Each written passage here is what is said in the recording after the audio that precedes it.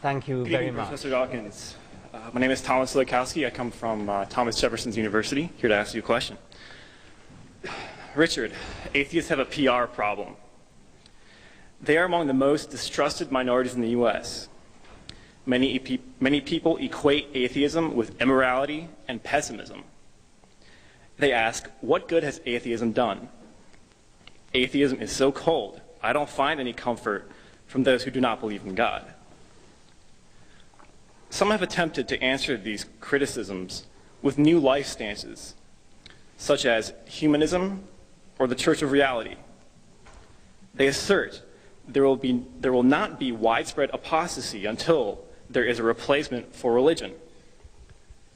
Sam Harris says, we must find ways of meeting our emotional needs that do not require the abject embrace of the preposterous.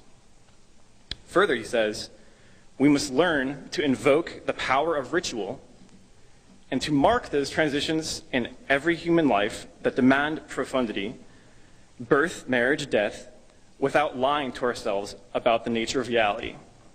So my question is, what is your view of that assertion that there will not be widespread apostasy until we find a replacement for religion? Yes, thank you. That's an extremely interesting question, a very important one.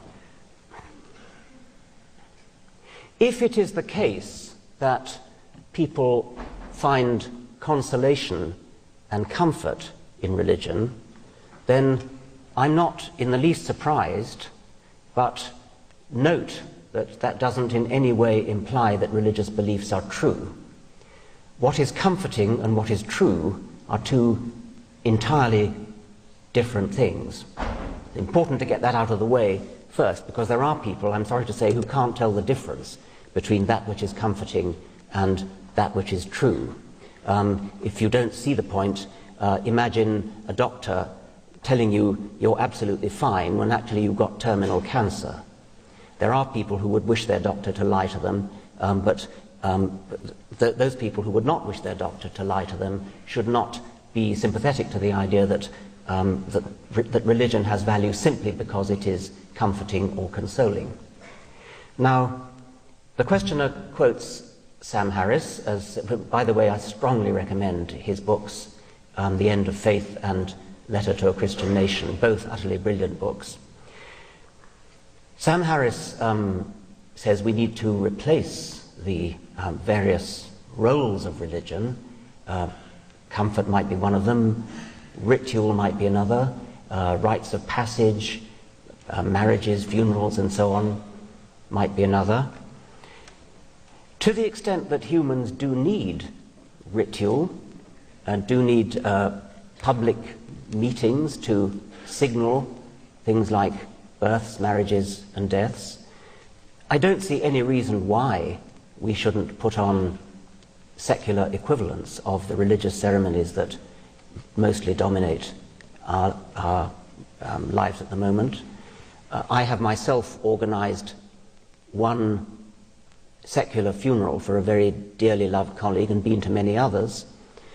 What we did and what is normally done is to obviously dispense with all prayers, but you retain music, you retain poetry, you can have readings from the deceased person's favorite books, eulogies by people who knew and loved the deceased person.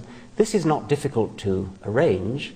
It has the smack of sincerity about it in a way that prayers, which are after all the same prayers for everybody, regardless of who they are, the smack of sincerity comes from the fact that they're individually tailored to the individual who's died. Whenever I've been to religious funerals which have an element of the non-religious about them, religious funerals which include eulogies, which include the deceased's favorite poetry, etc., I don't know about you, but my experience is that the prayers fall absolutely flat, whereas the eulogies and the poems are intensely moving.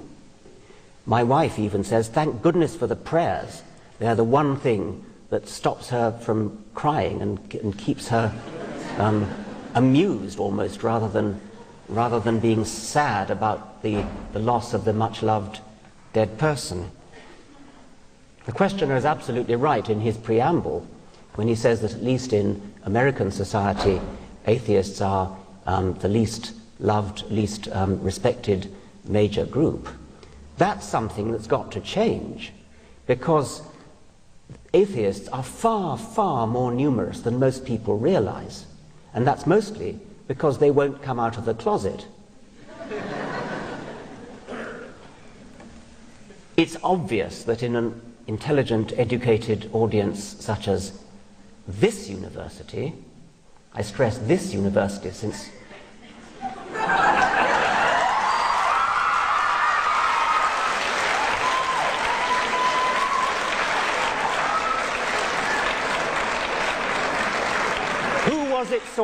who was it saw fit to give them accreditation, I'd like to know.